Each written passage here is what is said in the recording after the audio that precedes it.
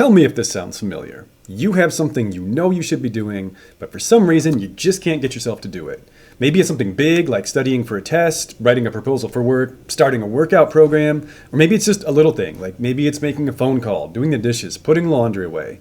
Whatever this thing is, when you think about doing it, you notice some resistance inside. Like there's a part of you that just doesn't want any part of doing this thing. And you're not sure why this resistance is there because you know this thing is important. You know you should do it. You know things will get better once you get it done.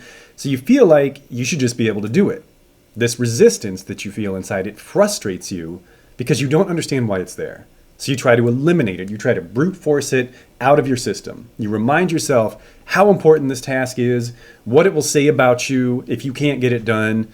Maybe you even take that one step further. Maybe you get into shame or abuse. Maybe you say, if I screw this up, I'm such a loser. I don't even deserve to have this job or to have friends or to have a life, and I should just be done.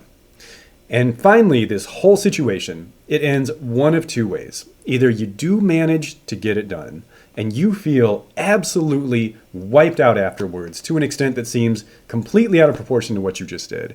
Or you feel so overwhelmed by the pressure that you feel inside that you never actually get it done, continue to guilt yourself, continue to shame yourself, and continue to feel absolutely terrible about it.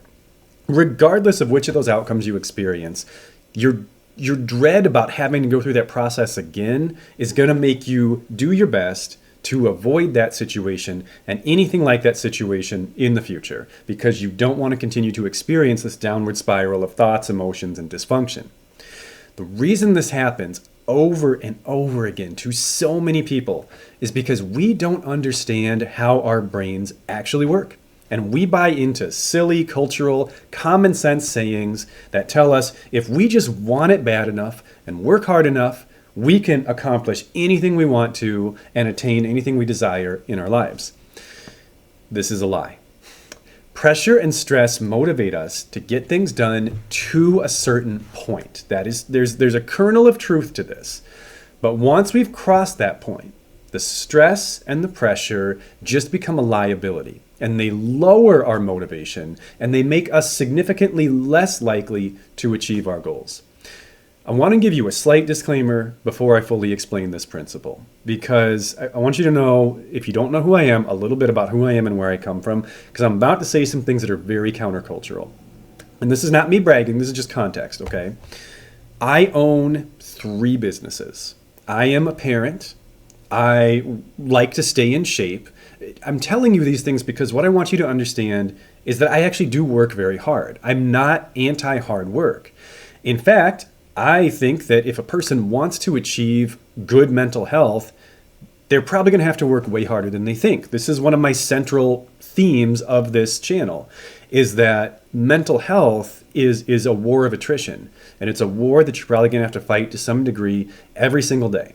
So if you're looking for someone to tell you, hey, you're always good enough just the way you are, I'm actually not your guy for that. This is going to be hard work. But it's not a battle that you can win with hard work alone. You can't just grind your way through this. You also need strategy. Hard work without strategy just ends up being a waste of resources that makes you feel exhausted and like you haven't actually achieved as much as you put into a thing. And that's miserable. You need to understand how your brain actually works. And you need to be able to apply that knowledge to your life if you want to quit making the same frustrating mistakes over and over and over again. Hopefully that's where I come in, and that's also where the Yerkes-Dodson law comes in. So what you're seeing here is a visual representation of the relationship between stress and performance. And just so you know, performance here, this can mean anything. This is anything you want to do more of. It's not specifically just work. The purpose of having this knowledge is not to make you a more effective capitalist hive drone. It's just to make your life closer to the life you want to live. That's all. So don't get too wrapped up in the verbiage here. So as you can see, when your stress is too low, you don't get a lot done because you're bored and you're uninterested. Maybe this is a thing that you don't see the importance in, or that doesn't feel worth putting your energy into. Or maybe it's too easy and it doesn't interest you. It doesn't stimulate you. Example that comes to mind here, dated reference coming. This is just one of my random examples.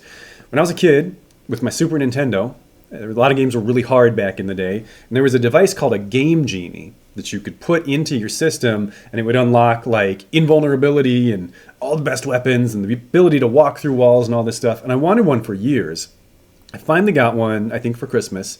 And I quickly got bored with every single game I owned because I realized that with no challenge whatsoever, with no threat of failure, there's really no stimulation or no interest. It's too easy and it's not interesting anymore.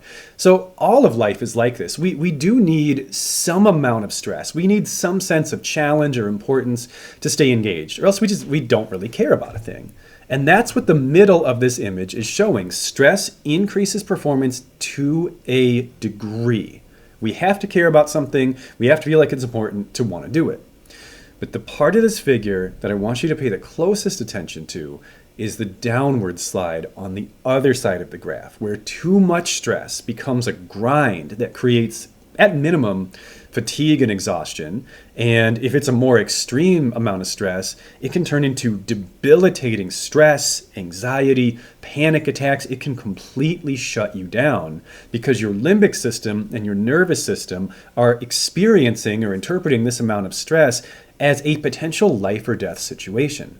And you probably feel that way sometimes when you do things that you logically know aren't going to kill you. Like public speaking is a good example. A lot of people, when they're faced with the prospect of public speaking, experience an amount of anxiety that literally feels like it should be reserved for times when you might die. And you know you're probably not going to die by giving this little PowerPoint to 15 people. But this primitive part of your brain that connects with your body sends signals like, we are literally about to be killed by the people watching us give this presentation. And even though you know it's wrong, it feels that way. That's what the extreme end of this graph is referring to. That's what too much stress feels like. It feels like if I do this wrong, I could literally die. So that's the general principle of the Yerkes-Dodson law. But now I want to individualize this a little bit because it is my personal opinion that the majority of all human beings live on the maladaptively stressed out half of this graph. I am of the opinion that life is very, very hard, even under relatively good circumstances. I just think this is a difficult thing that we're all out here trying to do. I mean, just the basics, let alone trying to enjoy life or trying to be happy. I'm saying just like staying alive is hard. Work is hard. Parenting is hard. School is hard. Taking care of yourself is hard. These are immense challenges.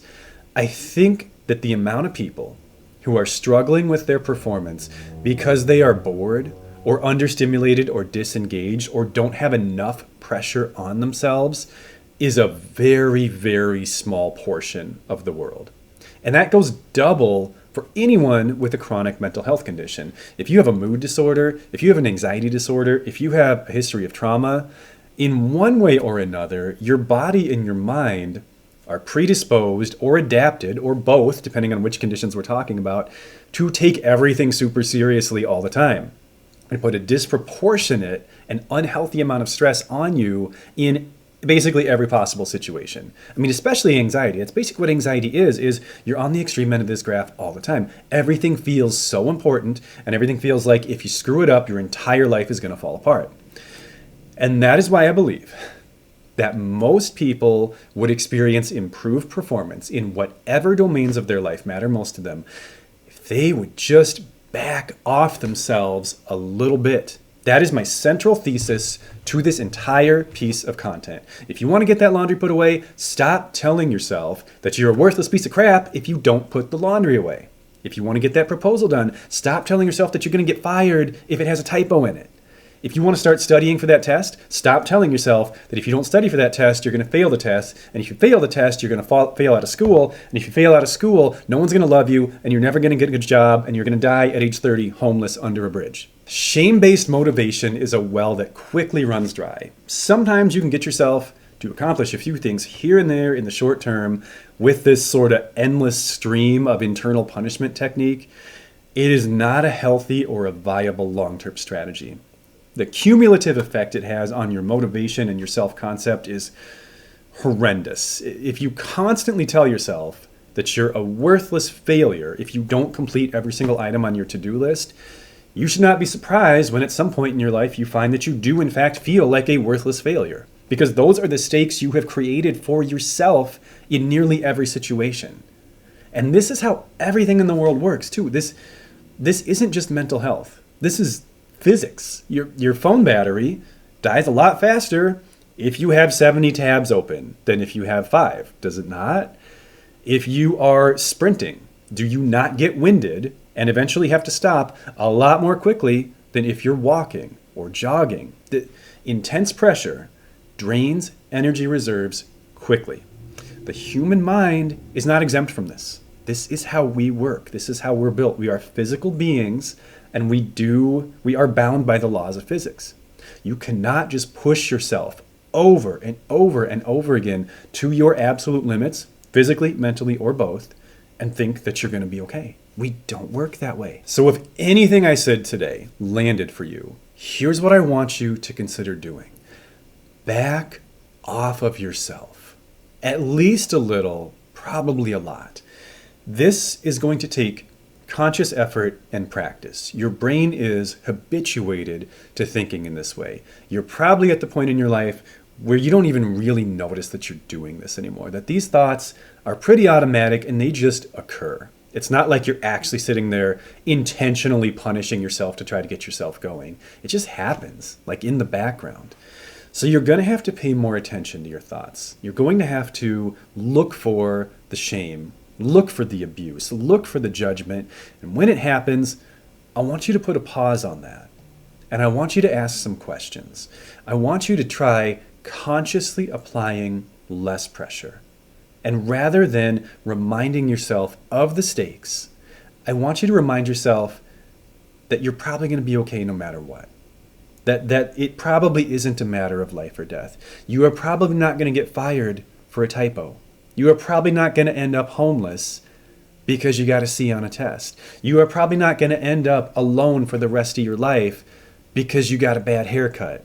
That one doesn't even really make sense with the others, but I'm just speaking off the cuff here. Apply less pressure to yourself and see if a more productive, more functional, and more sustainable version of yourself doesn't emerge from within as a result.